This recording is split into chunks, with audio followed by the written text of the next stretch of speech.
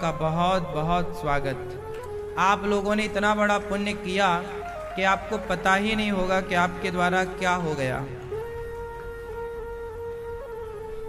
भागवत जब आप सुनते हैं तो आपके जीवन में अपार शांति का अनुभव होता है। भागवत क्यों सुननी चाहिए? अभी 1 तारीख से यहां भागवत जी की पोथी पाठ बैठेंगी। एक सज्जन हमसे बोले, महाराज जी हम भागवत जी के पोथी पाठ क्यों करवाएं, क्या होता है? हमने कहा जैसे आप के सामने बच्चा रो रहा है, आपका पड़ोसी रो रहा है या कोई दुखिया रो रहा है, तो उस रोते हुए व्यक्ति को आप क्या करेंगे? बोलो, चुप कराएंगे? कैसे चुप कराओगे? उत्तर दो। कोई रोता हुआ व्यक्ति आपके पास आए, चाहे वो आपका पड़ोसी हो, आपका बच्चा हो, कोई और हो, क्या करते हैं आप? उस रोते हुए को आप चुप कराएंगे। कैसे कराओगे? हाँ, समझा के। समझा के। कैसे समझाओगे?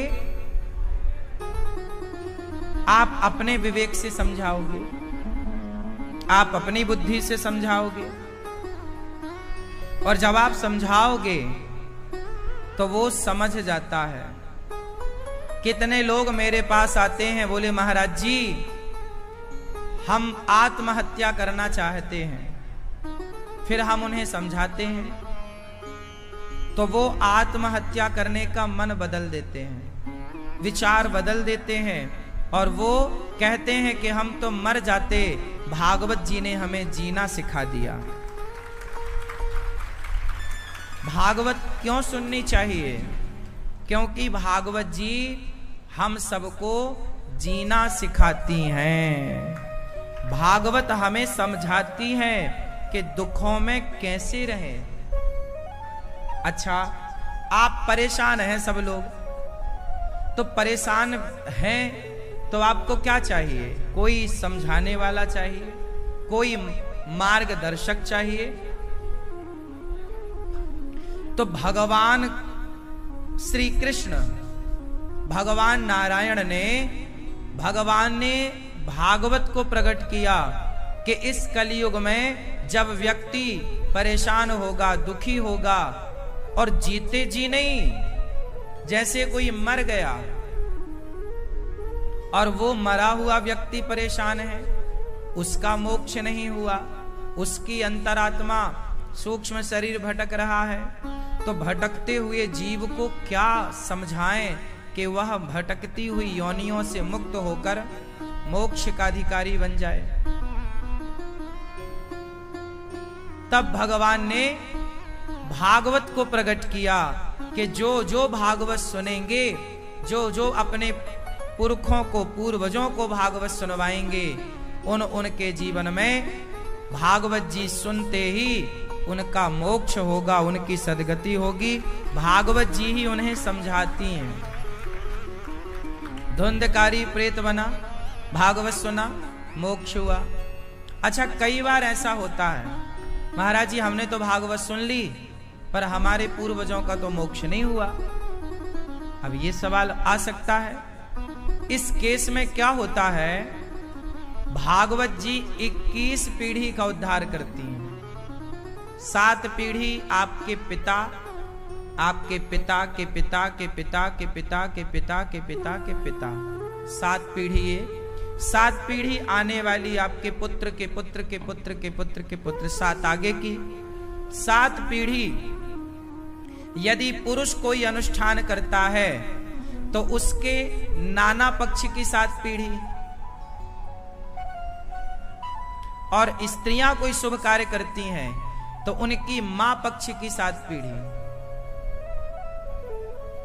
जैसे भागवत का आयोजन हमारी मैया ने कराया, तो मैया की 21 पीढ़ी कैसे तरेंगी? 7 पीढ़ी तो इनके पति के पति की पति के मतलब पति के पिता के पिता, पति के पिता पक्ष मतलब ससुर पर ससुर सब, 7 पीढ़ी आने वाली पुत्र के पुत्र के पुत्र के पुत्र, और 7 पीढ़ी इनकी माँ, इनके पिता पक्ष की। भाई बेटी है ना, तो बेटी बाप का श्राद्ध कर सकती है गया में, चाहे बेटी श्राद्ध करे ना करे, बेटी का किया गया पुण्य, उसके पत्नी का किया गया पुण्य पति और पुत्र को तो मिलेगा, उसके पिता को भी मिलता है। तो 7 पिता पक्ष, 7 पति पक्ष, 7 पुत्र पक्ष, ये हो गया स्त्रियों का। पुरुषों का अब वही कार्य पुरुष करेगा, तो फिर पुरुष में एक चीज बदल जाएगी। क्या बदल जाएगा? 7 पीढ़ी पुत्र पक्ष सेम रहेगा, 7 पीढ़ी पिता पक्ष सेम रहेगा, पर वो 7 पीढ़ी आगे उसकी नानी पक्ष चला जाएगा, नाना पक्ष। अब फिर ये सवाल खड़ा हुआ कि हमने भागवत सुनी फिर भी उद्धार नहीं हुआ। तो इस केस में ऐसा होता है कि भागवत 7 पीढ़ी का उद्धार करती हैं, 7 21 पीढ़ी का। तो 21 पीढ़ी तक का तो उद्धार हो गया, परंतु हो सकता है कि आपके खानदान में कभी कोई भागवत ना हुई हो, कभी कोई पुण्य का बड़ा कार्य ना हुआ हो, कभी गया श्राद्ध इत्यादि तर्पण ना हुआ हो, तो आपकी वंशावली में बहुत सारे अभी मोक्ष रुके हो सकते हैं। तो एक बार के भागवत करने से आपने सबसे पहले वालों का कल्याण किया, दूसरी बार भागवत करने से दूसरी बार का कल्याण हुआ। हो सकता है कि जब हम बहुत पुण्य कर, क्योंकि जब पुण्य हम अधिक करते हैं तो हमारे पुण्य से वो पुण्य बंटता है। अब 1 लीटर पानी है और पीने वाला यदि एक ही है तो 1 लीटर पानी से तो प्यास बुझ सकती है, लेकिन पानी तो 1 लीटर है और पीने वाले हैं 10, तो 10 लोगों की प्यास 1 लीटर पानी से बुझाना बड़ा कठिन लग रहा है। तो क्या होगा? सबसे पहले जो सबसे पुराने होंगे आपके वंशावली में, सबसे पुराने, पहले वो भागवत के पुण्य से अपना कल्याण करेंगे और वो कहेंगे कि जैसे हमारा हुआ है अब कोई और पुण्य होगा तो तुम्हारा होगा। फिर दूसरे पुण्य से, इसलिए पहले के राजा सैकड़ों यज्ञ कराते थे, 1 यज्ञ नहीं, 2 यज्ञ नहीं, 4 यज्ञ नहीं, यज्ञ कराते रहते थे। क्यों कराते रहते थे? क्योंकि एक यज्ञ से एक सीमा होती है कि भाई इतने पुण्य से इतना ही काम हो सकता है। अब लेने वाले ज्यादा हैं उस पुण्य को और पुण्य है सीमित, तो क्या करेंगे? वो पुण्य को हम बार बार करेंगे, वो पुण्य को हम क्या करेंगे? बार बार करेंगे। कब तक करें? राम राम रटते रहो जब तक घट में प्राण, कभी तो दीन दयाल के भनक पड़ेगी कान। गौकर्ण जी ने भागवत सुनवाई तो धुंधकारी का तो उद्धार हो गया, लेकिन बाकी लोगों ने ऑब्जेक्शन उठाया गौकर्ण जी से कि भाई धुंधकारी का तो उद्धार हुआ, पर हमने भी तो भागवत सुनी है, हमारा उद्धार नहीं हुआ। तब गौकर्ण जी ने दूसरी बार भागवत सुनवाई, दूसरी बार भागवत सुनवाई और कहा कि अब आप लोग तन्मयता से सुनना, सावधान होकर सुनना। और जब सावधान होकर सुना तो भागवत जी में लिखा है कि भागवत जी का शब्द कुत्ता बिल्ली पशु पक्षी के कान में भी पड़ा तो उनका भी उद्धार हो गया दूसरी बार में। एक हथौड़ा मारने से पत्थर नहीं टूटता, 2 मारने से भी नहीं टूटता, 3 मारने से भी नहीं टूटता, तो इसका मतलब ये नहीं है कि वो नहीं टूटेगा, इसका मतलब ये नहीं है कि वो नहीं टूटेगा। उसी तरह पाप हमने ज्यादा किए हैं, पुण्य हमने कम किए हैं, इसका मतलब ये नहीं कि हमारा उद्धार नहीं होगा। हम पुण्य करते रहें, करते रहें, करते रहें, आखिरी दम तक अच्छे कार्य करते रहें, वो पुण्य एक दिन हमारे पापों पर भारी पड़ करके वो पाप समाप्त कर ही देंगे। अच्छा, आप कमरे में दीपक जलाओ, एक दिया जल रहा है आपके कमरे में, कमरा बहुत बड़ा है और एक दिया जल रहा है, तो क्या उस जो हल्का सा प्रकाश है, क्या उस दीपक के हल्के से प्रकाश में क्या सुई के छेद में धागा डाला जा सकता है? सुई के छेद में धागा डालने के लिए प्रकाश कम चाहिए कि ज्यादा चाहिए? हाँ, ज्यादा चाहिए। उसी तरह मोक्ष के द्वार तक पहुंचने के लिए पुण्य ज्यादा चाहिए। भागवत सुनने वाला व्यक्ति एक ना एक दिन पुण्यात्मा होकर वह मोक्ष का अधिकारी होता है, ये निश्चित है।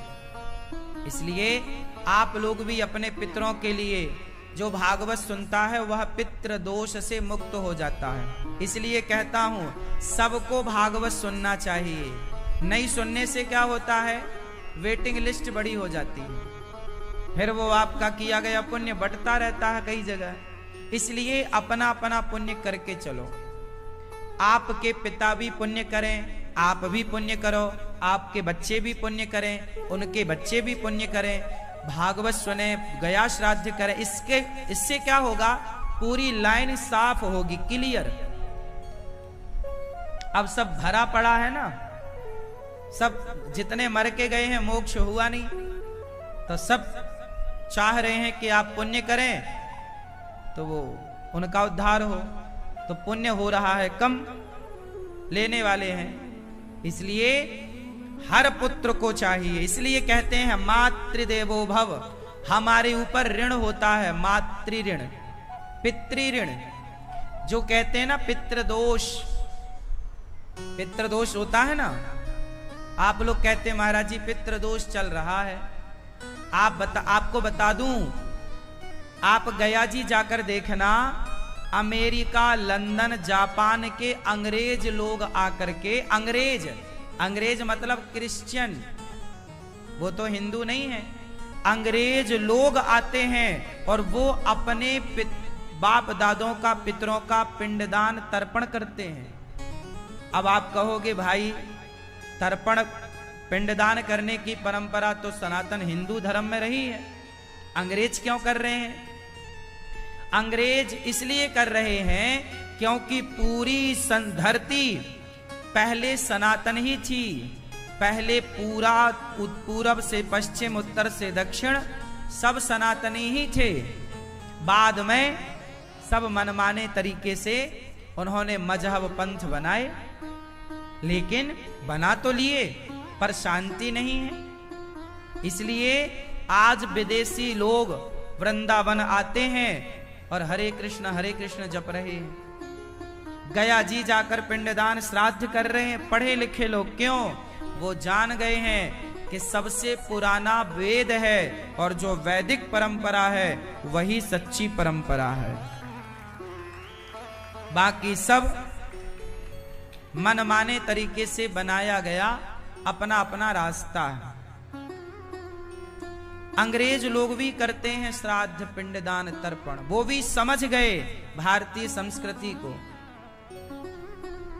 मैंने पढ़ा एक पहले अखबार में, कोई विदेशी महिला आती है और वो भारत में जो गया जी में श्राद्ध होता है, तर्पण होता है, पिंडदान होता है, उस पर उसने स्टडी की, शोध किया कि भाई ये सब क्या हो रहा है, ये कोई वास्तविक है या यूं ही चल रहा है। तो उस महिला ने बाद में अपना स्टेटमेंट दिया, कहा कि मैंने वर्षों तक इसमें रिसर्च किया और बाद में पाया कि यह कार्य करने से वास्तविक में हम अपने पितृ ऋण से, जो हम सबके ऊपर माँ बाप का ऋण होता है वो ऋण से मुक्त होते हैं। इसका साइंटिफिक देखिए, हम तो आज कलयुग के प्राणी हैं, चलो हम गलत बात कर सकते हैं, लेकिन भगवान राम तो त्रेता में थे। भगवान राम त्रेता में भी गया जी जाकर पिंडदान श्राद्ध करते दशरथ जी का। भगवान कृष्ण तो द्वापर में थे। कुंती बुआ के पांचों बेटे, पांचों पांडव गए गया जी श्राद्ध करने। वहीं तो कहा कुंती माँ ने कि एक पिंडदान कर्ण के नाम का छोड़ दो। वहीं तो श्राप दिया कुंती माता को कि आपने ये क्यों नहीं बताया कि कर्ण हमारा बड़ा भाई है। इसका मतलब ये हुआ कि ये जो विधान है आज से बना दिए गए, ऐसा नहीं है। आजकल के बच्चे तो यकीन नहीं करते, इसे पाखंड मानते हैं। अच्छा बताओ, क्या मुसलमान नमाज पढ़ने को पाखंड मानता है? बोलो, क्या मुसलमान मस्जिद जाने को पाखंड मानता है? नहीं। क्या क्रिश्चियन बाइबल पढ़ने को पाखंड मानता है? क्या बाइबल में लिखी चीजों को वो पाखंड मानता है? नहीं। जब मुसलमान भाई अपने धर्म के प्रति वो श्योर है, जब क्रिश्चियन अपने धर्म के प्रति श्योर है कि जो लिखा है उस राह पर ही चलना है, तो फिर हमारे वेदों में जो लिखा है उस पर क्वेश्चन मार्क क्यों लगाया जाता है? इससे नुकसान किसका है? भाई वेदों में जो लिखा है, कभी मुसलमान ने तो नहीं कहा कि कुरान में ये क्यों लिखा है। कभी ईसाइयों ने तो नहीं कहा कि बाइबल में ये क्यों लिखा है। और हमारी सनातन धर्म में लिखा क्या है? यही तो लिखा है कि तुम सब पर दया करो। यही तो लिखा है कि जब तुम बाप का श्राद्ध करते हो तो कौए को भी दाना डालो। अब लोग कहते हैं कि क्या तुम्हारे बाप दादे कौआ बन गए हैं जो कौआ को तुम दाना खिला रहे हो? अरे भाई, बाप दादे कौआ नहीं बन गए। बात समझो, हम हिंदू सनातनी हैं, हमारे वेदों ने हमें दयावान बनाया है। क्या बनाया है? दयावान। हमारे यहां कहते हैं कि बाप दादों के नाम से जब कुछ श्राद्ध पिंडदान कुछ पुण्य का कार्य हो तो उनके नाम से कुत्ते को भी मिलना चाहिए, पक्षियों को भी मिलना चाहिए, क्योंकि हम सबकी मान्यता है कि सबकी तृप्ति से भगवान तृप्त होते हैं, और जब भगवान तृप्त होते हैं तो पितर तृप्त हो जाते हैं। अब देखना, मैं तुम्हें एक शास्त्रोक्त बात समझा रहा हूं, समझना। महाभारत में कथा आती है, एक बार दुर्योधन ने दुर्वासा जी से कहा कि आपका निमंत्रण पांडवों के यहां है, जाओ। 10,000 साधु थे। कितने साधु थे? दुर्वासा जी की टोली में 10,000 साधु थे, और दुर्योधन ने पांडवों की तरफ भेज दिया कि आपका निमंत्रण वहां है। अच्छा, दुर्वासा जी आए, धर्मराज से कहा कि भाई बड़ी भूख लगी है, खाने को मिलेगा क्या? धर्मराज बोले क्यों नहीं मिलेगा। उस समय धर्मराज के यहां अन्न का एक दाना नहीं था, क्योंकि वो 12 वर्ष के वनवास में थे। पांडवों का वनवास था ना, तो वनवास के दौरान भैया जंगल में क्या जुड़ेगा, क्या मिलेगा? द्रौपदी के पास एक बटलोई थी। बटलोई मतलब एक पात्र, कि वो खाने के पहले सबको खिला सकती थी, पर उस समय उसने बटलोई धुल ली, पात्र खा पी कर। तब दुर्वासा जी आए, 10,000 साधु, और युधिष्ठिर जी ने कह दिया कि बैठो हम तैयारी करते हैं। अब तो दुर्वासा जी बोले मैं नहा कर आता हूं, वो नदी चले गए। अब 10,000 लोग भूखे बैठे हैं, और द्रौपदी के पास खाने के लिए अन्न का दाना। ये कथा सुनी है आप लोगों ने? कभी सुनी है? तो फिर सुनो आगे। फिर क्या हुआ? फिर द्रौपदी से पूछा कि बटलोई साफ हो गई। अरे द्रौपदी तो खा चुकी थी। युधिष्ठिर जी को क्या भ्रांति हुई कि इन्होंने खाया नहीं। द्रौपदी ना खाती ना तो बटलोई से जितना चाहती, वो सूर्य भगवान की दी गई बटलोई चमत्कारी थी, वो जितना चाहो माल पकवान बना देती थी।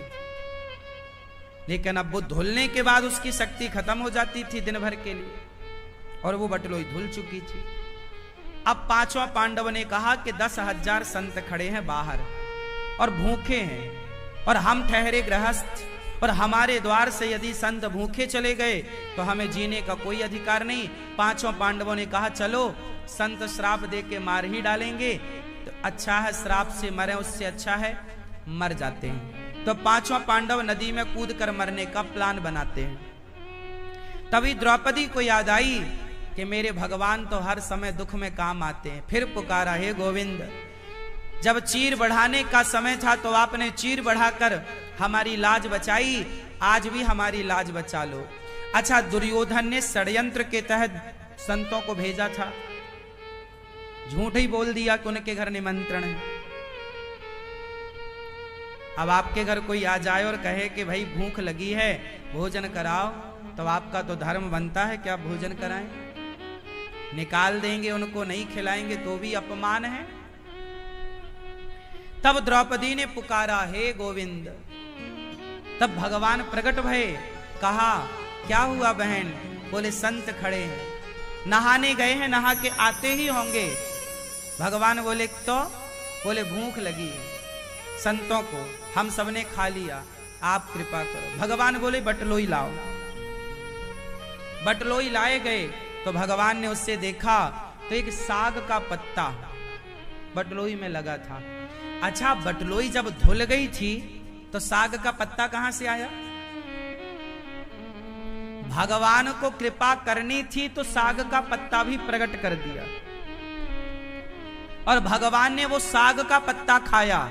समझो, भगवान ने वो साग का पत्ता खाया। तो अब बताओ, साग का पत्ता खाते ही 10,000 साधु नहा रहे थे नदी में, सबके अपने आप बिना खाए पेट भर गया। भर गया, सब डकार मारे और किनारे किनारे भाग गए कि अब पेट भर गया, अब खबेगा है नहीं। दुर्योधन भीम कहेगा कि बाबा जी तुमने इतना बनवाया और खाया तो है नहीं, तो बहुत मारेगा भीम। तो सब भागे चुपके चुपके कि भीम कहेगा तुमने फेंकवाया इतना सारा भोजन, खाओ और इनसे खबे, क्योंकि अपना आप पेट भर गया। लाज बचाई भगवान ने। अब मैंने ये कहानी केवल इसलिए सुनाई कि ये बताओ, कौआ जब तृप्त होता है तो कौन तृप्त होता है? एक साग के पत्ते से कृष्ण तृप्त भय के नहीं? जोर से। और केवल कृष्ण तृप्त नहीं भय, जब कृष्ण तृप्त भय एक साग के पत्ते से, तो चराचर संसार चींटी से लेकर हाथी तक उस दिन सब बिना खाए भगवान की तृप्ति से तृप्त हो गए। केवल 10,000 साधु नहीं, पूरा ब्रह्मांड तृप्त हुआ था। अच्छा, एक बात बताओ, कौआ के भीतर बैठा कौन है? बोलो। सब में भगवान है। तो हम हिंदू लोग कौआ को भी श्राद्ध पक्ष में खिलाते पिलाते हैं, गाय को चारा खिलाते हैं। तो बताओ, ये सब जीव जंतुओं की तृप्ति से आखिर तृप्त हो कौन रहा है? बोलो बोलो, भगवान। और जब भगवान तृप्त होते हैं तो भगवान के तृप्त होते ही हमारे पितर तृप्त हो जाते हैं। भगवान ने कहा कि तुम्हारे परिवार की ओर से ये आया है। जब भगवान तृप्त हुए तो तुम्हारे वंशावली के पितर तृप्त हो जाते हैं। इसमें श्रद्धा रखोगे तो बात समझ में आएगी, संदेह से देखोगे तो बात कुछ भी समझ में नहीं आएगी। अब लोग मजाक उड़ाते हैं हमारे सनातन धर्म का कि तुम लोग तो कौए को खवाते हो तो तुम्हें लगता है कि तुम्हारे पुरखों तक पहुंच गया। अरे मूर्खो, कौआ एक जीव है, और हमारे भारत संस्कृति हिंदू धर्म में जीव मात्र की सेवा करनी सिखाई गई है। चींटी को दाना डालना, कुत्ते को रोटी देना, गाय को रोटी देना, पक्षियों को दाना डालना, ये हम सबको सिखाया कि नहीं? हाँ या ना? तो हम लोग इस हिसाब से जब अपने पितरों का श्राद्ध निकालते हैं, अच्छा जैसे आपके बाप दादाओं की जब तिथि आती है तो आप उनके नाम से भोजन निकालते हो कि नहीं? अच्छा, वो निकाला हुआ भोजन किसे खवाते हो? बोलो।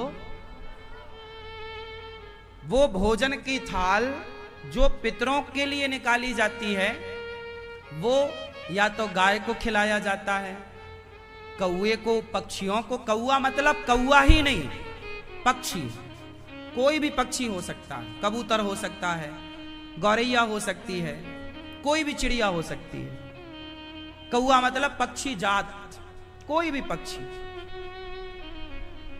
तो वो जो थाली का भोजन पितरों को दो, कौआ को, पक्षियों को, इससे क्या होगा?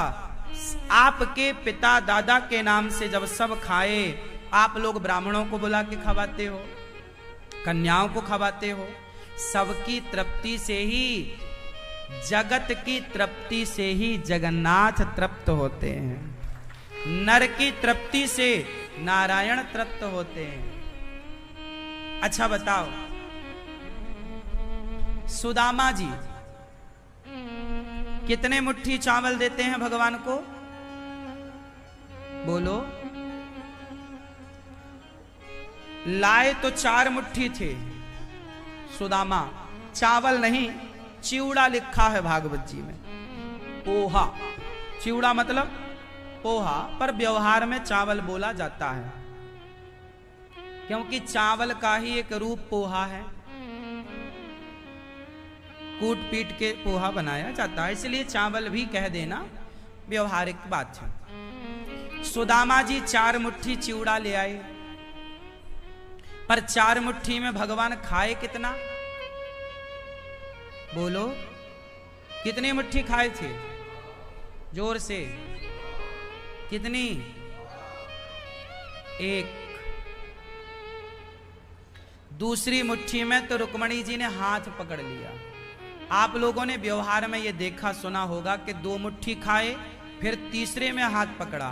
भागवत जी में लिखा है 1 मुट्ठी खाए, पर व्यवहार में बोल दिया जाता है, पर लिखा 1 मुट्ठी का है। 1 मुट्ठी चावल खाए, चिवड़ा खाए भगवान, और 1 मुट्ठी खाते हैं। पर आपको क्या लगता है, केवल भगवान चिवड़ा खा के खाली है ना? जब 1 मुट्ठी चिवड़ा खाते हैं ना, 1 मुट्ठी चावल खाते हैं सुदामा का, तो 1 मुट्ठी खाकर पूरे संसार को प्रभु तृप्त कर देते हैं। सब का पेट भर गया। भगवान को डकार आई तो सबको डकार आ गई। तो आज सुदामा को पूरे संसार को भोजन कराने का पुण्य प्राप्त हो गया। सुदामा को इतना कुछ क्यों दिया भगवान ने? बोलो। सुदामा को 2 लोकों का स्वामी क्यों बनाया भगवान ने? इतनी संपदा क्यों दे दी सुदामा को? और सुदामा को संपदा ही दी ऐसा नहीं, सुदामा सुशीला बुढ़ा बुढ़ी हो गए थे, दोनों को जवानी भी दी है। भाई आप 80 साल के आदमी को सोने का महल दे दो तो वो सोने के महल में क्या सुख भोगेगा? बुढ़ा हो गया है, हाथ पांव चल नहीं रहे हैं। भाई सुख भोगने के लिए जवानी चाहिए, हाँ या ना? शरीर में ताकत ही नहीं है तो भोगोगे क्या? खाओगे क्या? भाई सांसारिक भोगों के लिए भी ताकत चाहिए। तो सुदामा को सुख तो दे दिया भगवान ने, महल बनवाए, सोने चांदी से भर दिए माल खजाना, लेकिन अब बुढ़ा है दोनों पति पत्नी, कब भोगेंगे? इसलिए सुदामा सुशीला को जवानी भी दी। 18 साल के 20 साल के छोरा हो गए सुदामा जी, 16 साल की छोरी हो गई उनकी पत्नी, और सुंदर जवानी में फिर इन्होंने वो राज्य का सुख भोगा। अब सवाल आपसे यहां पर यह है कि सुदामा जी ने आखिर कौन सा पुण्य कर लिया? कि सुदामा को इतना धन धान्य मिल गया? बताओ क्या पुण्य किया सुदामा ने? सुदामा ने एक मुट्ठी चावल, एक मुट्ठी चिवड़ा दान किया। और दान किसे किया? भगवान को। और भगवान ने खाकर क्या किया? सारे संसार को तृप्त कर दिया।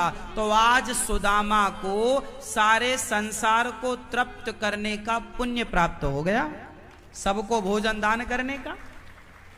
उस पुण्य से सुदामा जी को धन धान्य मिला है। भगवान कोई ऐसे शक्ति से ऐसे कर दें और आदमी सब हो जाए।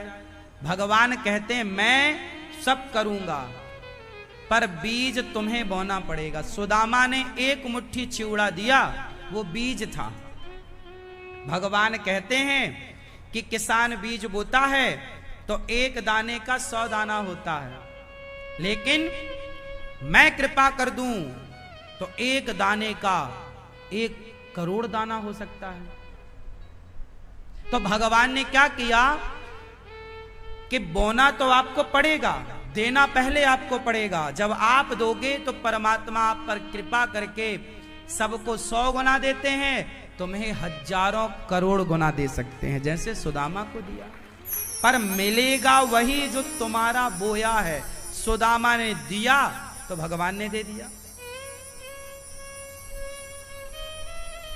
इसका मतलब यह हुआ कि भगवान तृप्त हो जाएं तो सब तृप्त हो जाते हैं। आप कितने लोग इस बात से सहमत हैं कि भगवान तृप्त हो जाएं तो सब तृप्त हो जाएं? मैंने 2 उदाहरण दे दिए।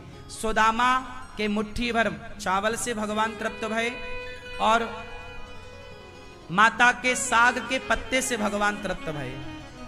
हो गए ना 2 जगह। और भी सबरी के और विदुरानी के छिलके और बेर से भी भगवान तृप्त भये हैं। तो आपसे मेरी प्रार्थना है, अपने सनातन धर्म में उंगलियां खड़ी करने से फायदा ना होगा। समय पर तुम पिता के मरने पर माता के, हम तो कहते हैं माता पिता के जीते जी उन्हें भागवत सुनवाओ, जीते जी भागवत सुनवाओ।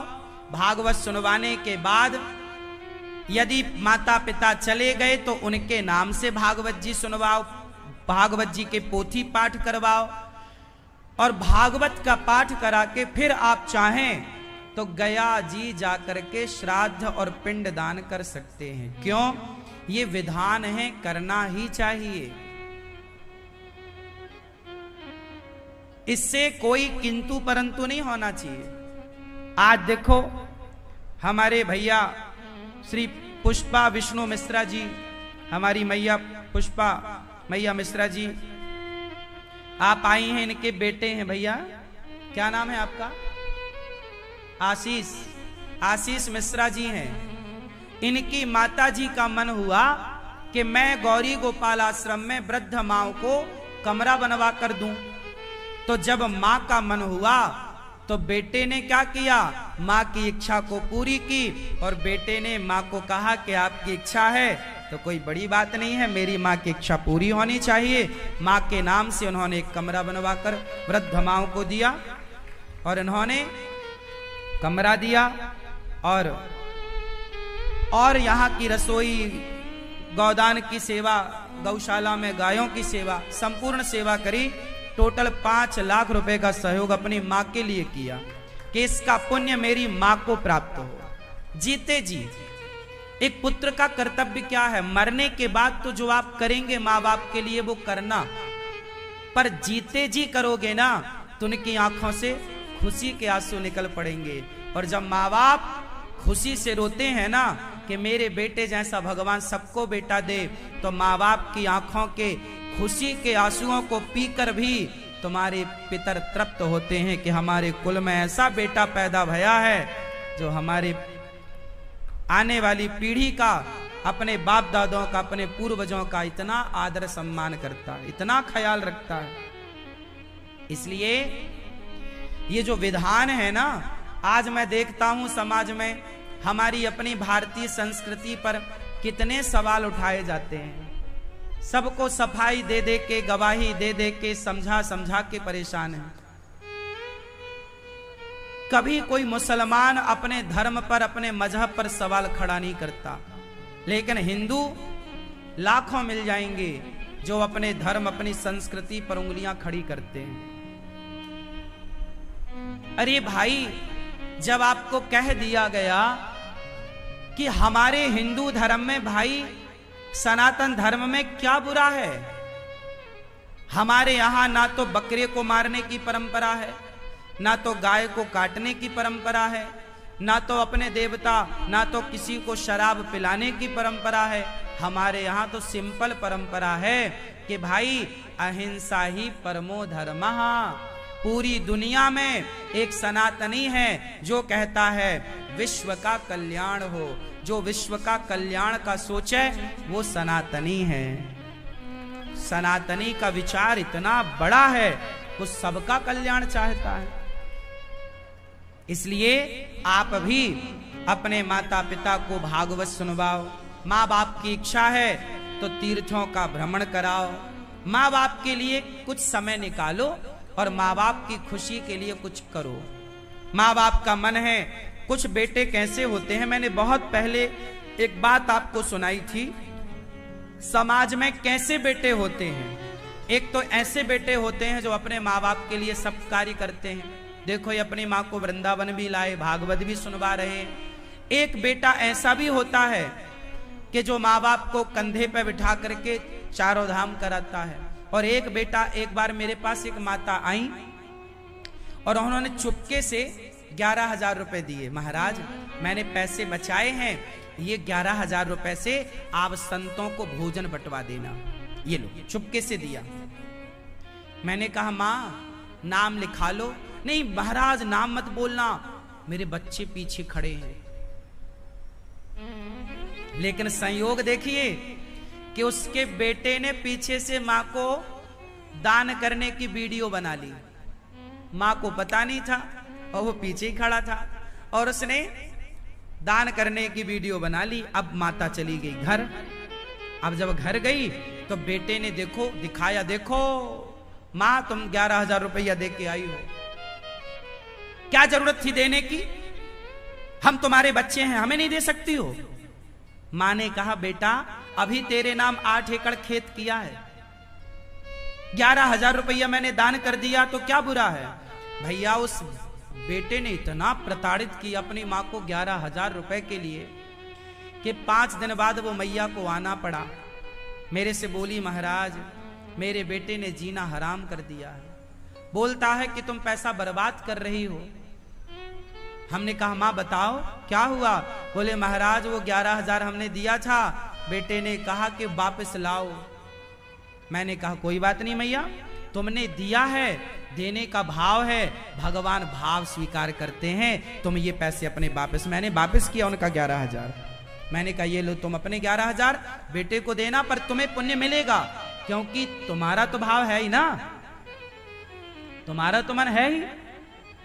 रो पड़ी मेरी मां, बोली महाराज 8 एकड़ खेत नाम पे किया है इसके, 8 एकड़ खेत करोड़ों का है, लेकिन वो मुझे दान नहीं करने देता, कहता सब मुझे दो। मैंने कहा कोई बात नहीं मैया, तुमने जो किया, इसलिए कहता हूं अपने हाथ में जब तक है तो दान पुण्य भी कर लो, सारे बच्चे अच्छे मिल जाएंगे, गारंटी नहीं। कुछ बेटे तो ऐसे हैं जो माँ के हाथ से दान कराते हैं, पर ऐसे भी औलाद है जो दिया हुआ दान माँ से वापस करवा लेता है, वापस लाओ। हमने वापस दिया उसे, माँ ने फिर उसे बेटे को दिया। अब वो माँ बेचारी कितनी प्रताड़ित है, मतलब औलाद से। ऐसे भी लोग हैं समाज में कि माँ बाप 100 रुपए भी दान करने मांगे तो बच्चे नहीं देते।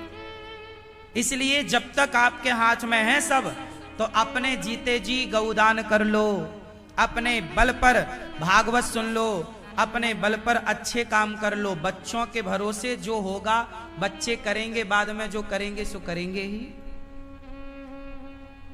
आजकल की औलाद सारी नहीं मेरी मां, पर कुछ औलाद ऐसी है जो केवल पैसे चाहती है, माँ बाप से कोई मतलब नहीं है। कुछ बच्चे ऐसे भी हैं समाज में।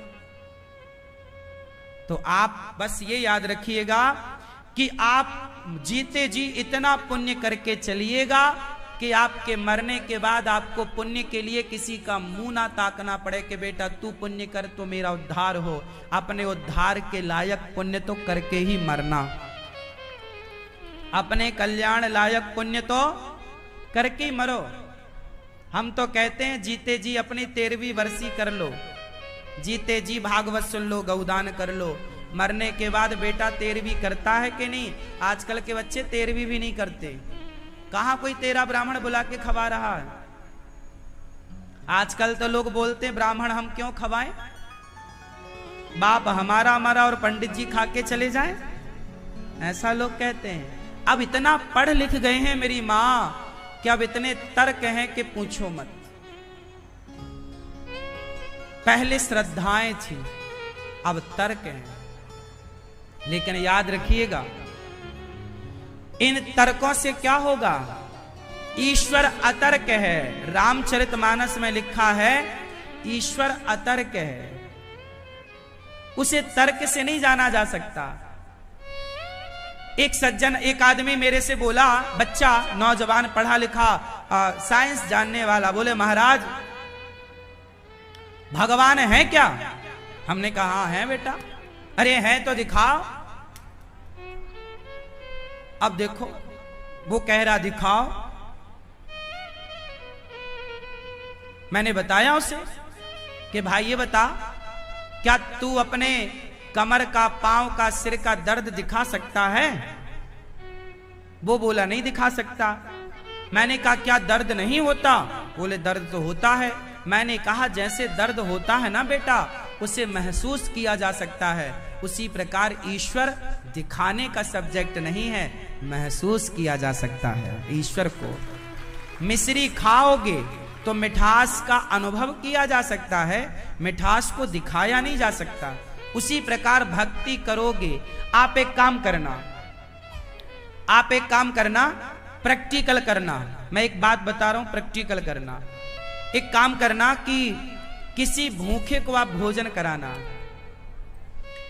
जिस दिन आप किसी भूखे को भोजन कराओगे ना, उस दिन अपने आप आपके मन में इतनी प्रसन्नता होगी, इतनी खुशी मिलेगी कि आप उसके अंदर समाएगी नहीं।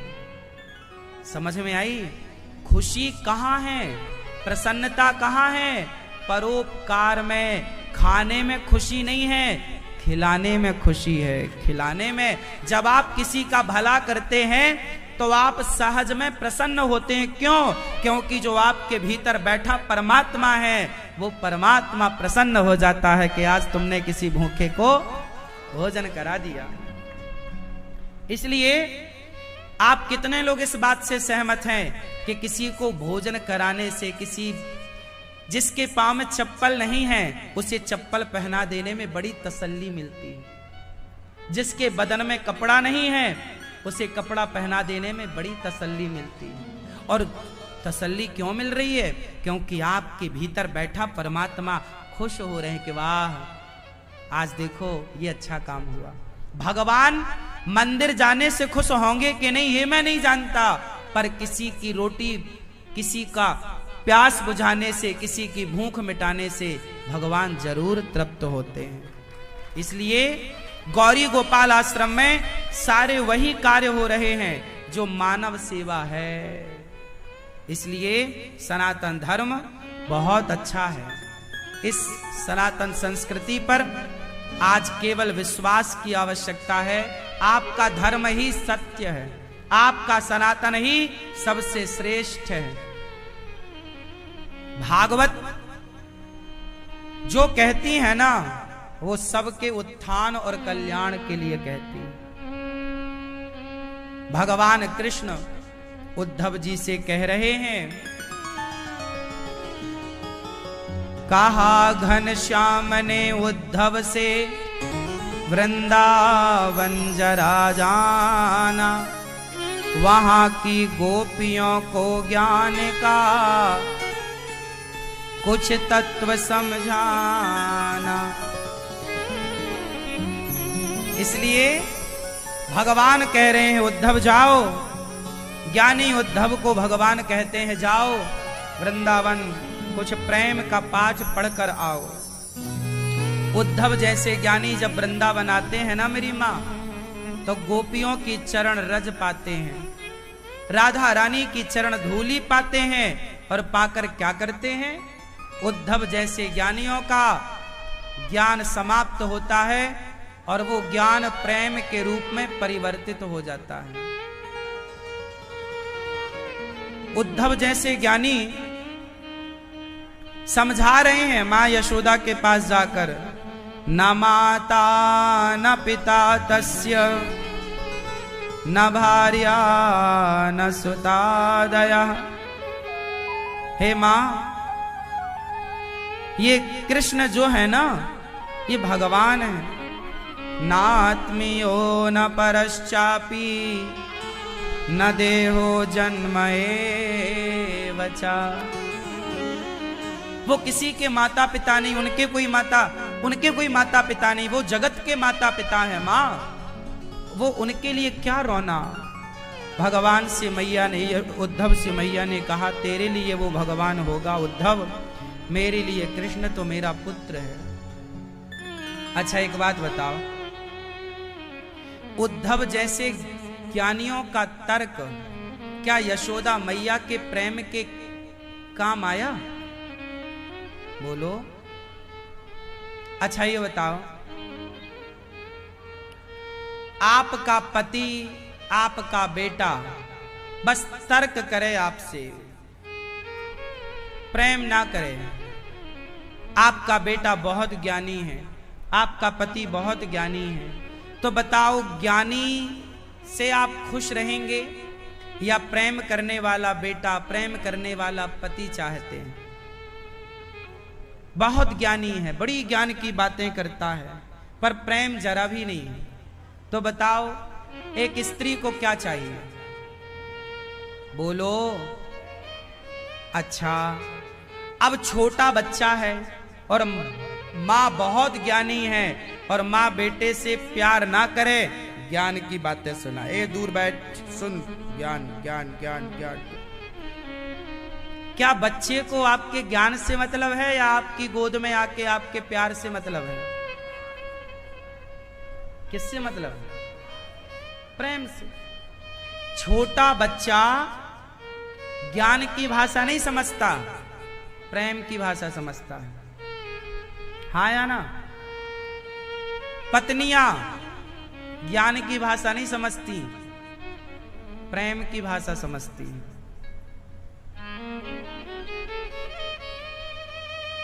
हाँ या ना? ये बताओ संसार में आप ज्ञान ज्यादा चाहते हो या प्रेम? गृहस्थी चलाने के लिए क्या चाहिए? अरे प्रेम। आप हमसे प्रेम से बोलो, हम आपसे प्रेम से बोलें, बस यही तो चाहिए। जब आप प्रेम की भाषा समझते हो तो सुनो, प्रेम में गालियां भी माफ हैं। क्यों नहीं है? प्रेम में डांट और फटकार भी माफ है। आप जिससे प्रेम करते हैं तो आप प्रेम प्रेम में उससे डांट लीजिए, वो बुरा नहीं मानेगा। उसी तरह जैसे आप प्रेम की भाषा समझते हैं, ऐसी हमारे भगवान प्रेम की भाषा समझते हैं। राम ही केवल प्रेम प्यारा। इसलिए गोपियां भगवान से क्या करती हैं? जोर से प्रेम, प्रेम की भाषा।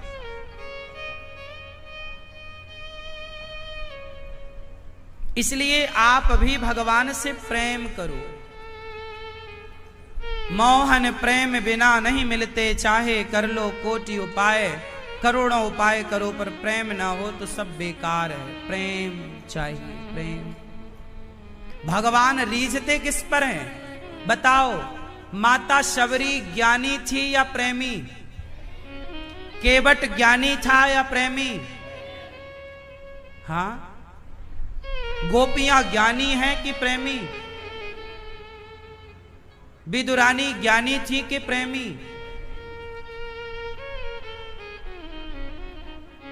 ज्ञान के बल से किसे भगवान मिले हैं,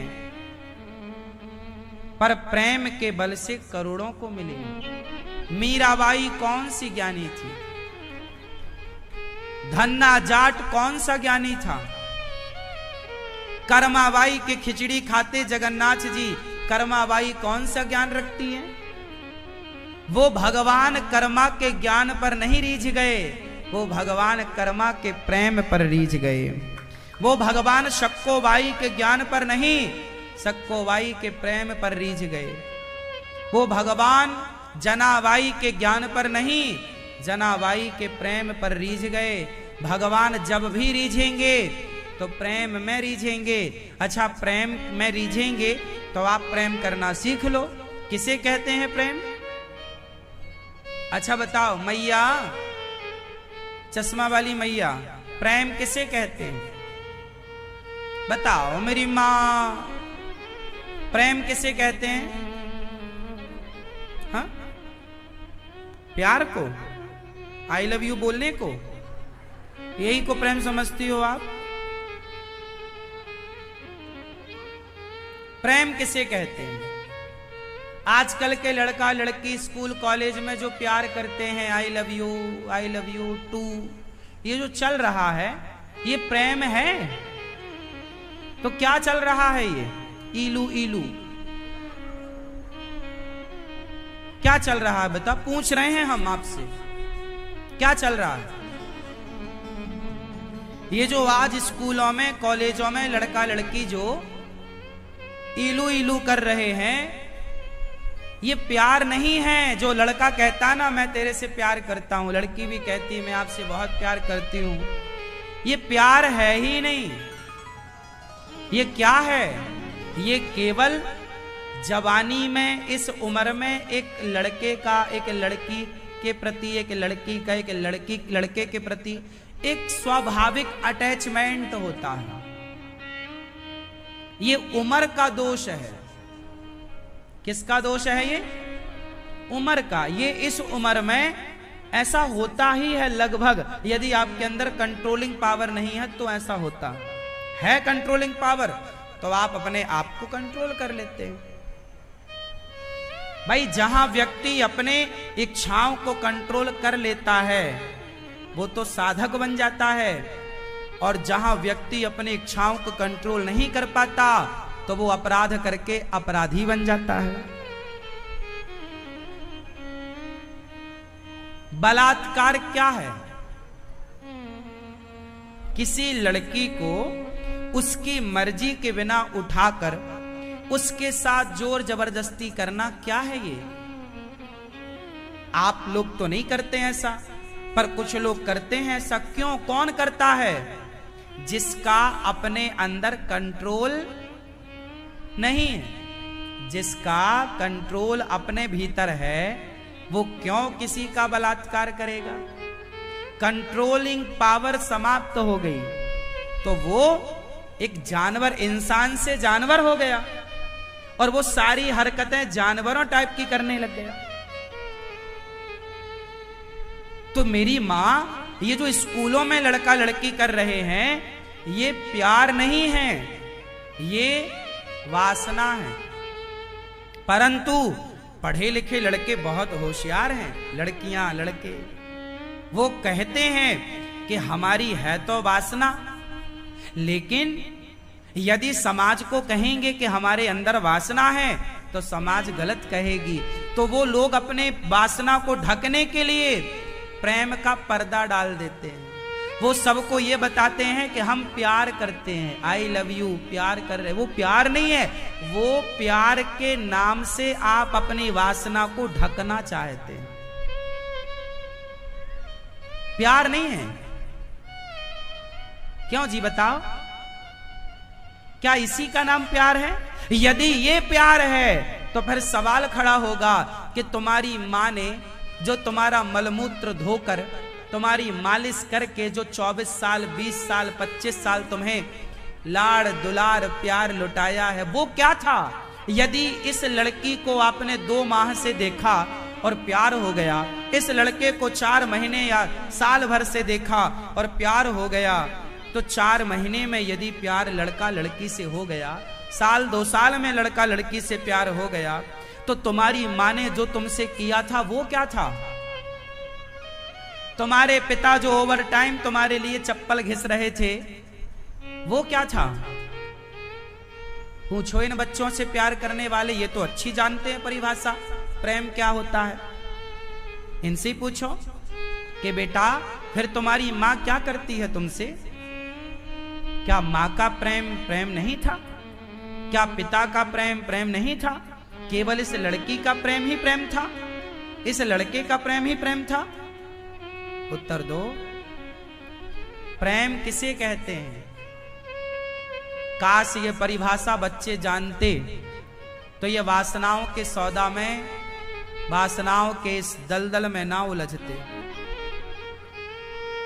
आज वासना का बहुत बड़ा दलदल है मेरी माँ। आजकल लड़कियां पढ़ने जाती हैं, पढ़ना बुरा नहीं है, लड़के पढ़ने जाते हैं, पढ़ना बुरा नहीं है, पर आप जाइए बंबई चले जाइए, तुम्हारी लड़की पढ़ने जाती है, अच्छा है, पढ़ाना चाहिए अपनी बेटा बेटियों को, लेकिन जाइए शाम को 5 बजे समुद्र के किनारे, हजारों लड़का लड़की मधुमक्खी की तरह एक दूसरे से चिपक करके बैठे हैं समुद्र के किनारे। आप किसी भी बड़े शहर में जाइए, सुनसान वाले रास्ते में जाइए, शाम होते ही लड़का लड़की मधुमक्खी की तरह चिपक के बैठते हैं। ये पढ़ने भेजा है तुम्हें तो पढ़ो ना बेटा। ये क्या है? देखो अब बताओ, ये जो सड़कों में एकांत में लड़का लड़की बैठे हैं, क्या आप लोग नहीं जानते? ये सब जानते हैं। और आप लोग इसे क्या कहते? प्यार कर रहे। ये प्यार है? प्यार सड़क के किनारे होता है क्या? एक दूसरे का शारीरिक आकर्षण है ये चमड़ी की हवस है, ये चमड़ी की क्या है? भूख। ये प्यार नहीं है। प्यार तो आपकी मां करती है आपसे, आपका पिता करता है आपसे। प्यार मां करती है ना। तुम रात को रोए तो मां जाग कर तुम्हें सुलाती रही। पैसा नहीं था तुम्हारी फीस भरने का, तुम्हारे बाप ने पैसा उधार लिया, लाख रुपए उधार लिया तो ब्याज चुकाया उसका 20,000 रुपए। 1,20,000 दिया या 1,30,000 देकर तुम्हें पढ़ाया। जो बाप तुम्हें कर्जा ले लेकर पढ़ाता है, उस बाप से तो तुम्हें प्यार हुआ नहीं। और जो लड़का तुम्हारे शरीर का शोषण करना चाहता है, तुम कहती हो कि हम इससे प्यार करती हैं और हम सेल्फ डिपेंड हो गई हैं, हम अपना डिसीजन खुद ले सकती हैं, हमें पिता से मां से पूछने की क्या जरूरत, हम किसी से भी शादी करें। तो जब शादी अपने मन मुताबिक कर लेती हो, किसी लड़के के संग भाग जाती हो, तो फिर भैया फिर बाप को कर्जे में काहे डलवाया? अपना कमा के पढ़ भी लेती। पढ़ाई लिखाई तो बाप के पैसे से किया। और फिर कोई लड़का पसंद आया, और ये लड़कियां और ये लड़के, सुनो, 20 साल का लड़का हो या लड़की, और 20 साल नहीं, मैं 30 साल बोल रहा हूं, 30 साल का चाहे लड़का हो या लड़की, 30 साल तक की आयु में अपने लिए सही डिसीजन लेने की क्षमता कम लोगों में ही डेवलप होती है। आपकी प्लानिंग आपसे बेहतर आपके माँ बाप करके दे सकते हैं। यदि हम ही सारी प्लानिंग कर लेते तो इंजीनियर और आर्किटेक्ट को क्यों लोग हायर करते हैं? तुम घर बनाते हो ना, तो घर तुम बनाते हो, पैसा तुम लगाते हो, पर तुम्हारे घर की प्लानिंग एक इंजीनियर करके देता है, आर्किटेक्ट करके देता है, हाँ या ना? क्यों? तुम भी तो पढ़े लिखे हो, पर वो तुम्हारा विषय नहीं है। आपका विषय अलग है, इंजीनियर का विषय अलग है, आर्किटेक्ट अलग है, सबका अपना अपना विषय होता है। उसी तरह माँ बाप का विषय क्या है, गृहस्थी कैसे चल सकती है, गृहस्थी के लिए सही डिसीजन क्या हो सकता है, ये सारी जिंदगी का अनुभव माँ बाप को है। वो जितना बढ़िया आपके लिए प्लानिंग करते हैं, आप अपने लिए नहीं कर सकते। इसलिए शादी करना बुरा है नहीं, बुरा नहीं है, प्यार करना बुरा नहीं है।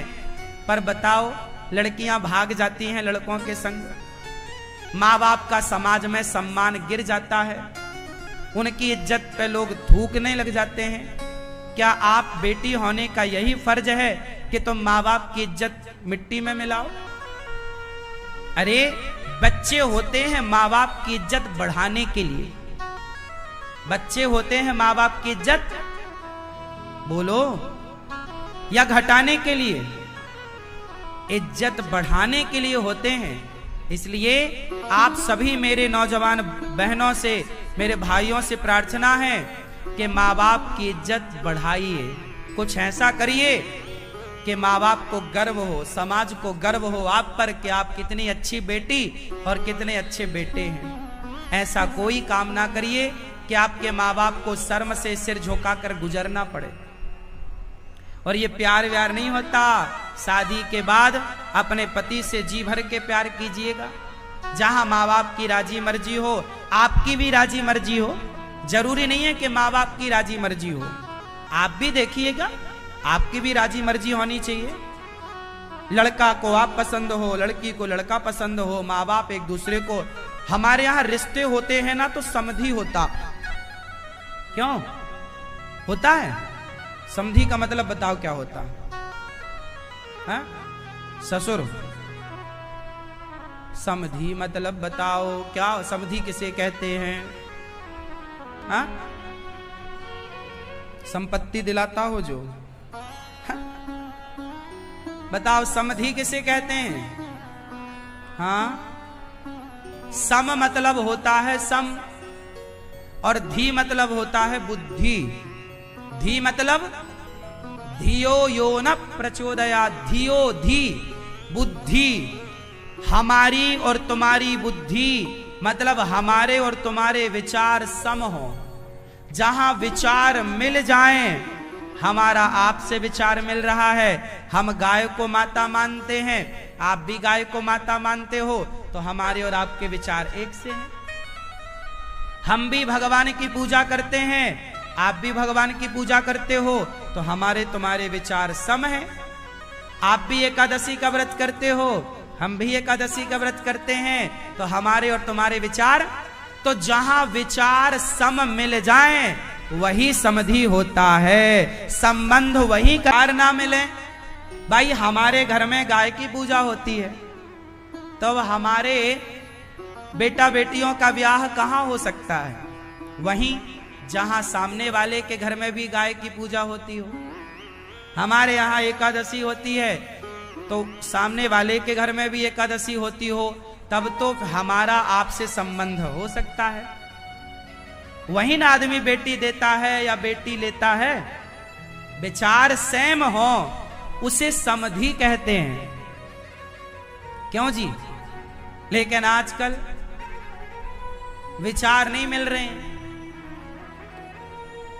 विचार नहीं मिल रहे हैं और विवाह कर लोगे, कैसे काम बनेगा? नाश हो जाएगा संस्कारों का। अभी मैंने सुना कि बॉलीवुड की कोई एक्टर, उसने किसी मुसलमान से शादी कर ली। अब बताओ, वो हिंदू लड़की है जिसके परिवार में गाय को माता माना जाता है। अब शादी वहां उसने कर ली जहां गाय को काट कर खाया जाता है, तो गाय को माता मानने वाला परिवार गाय को काट कर खाने वाले से कैसे गुजारा होगा भैया?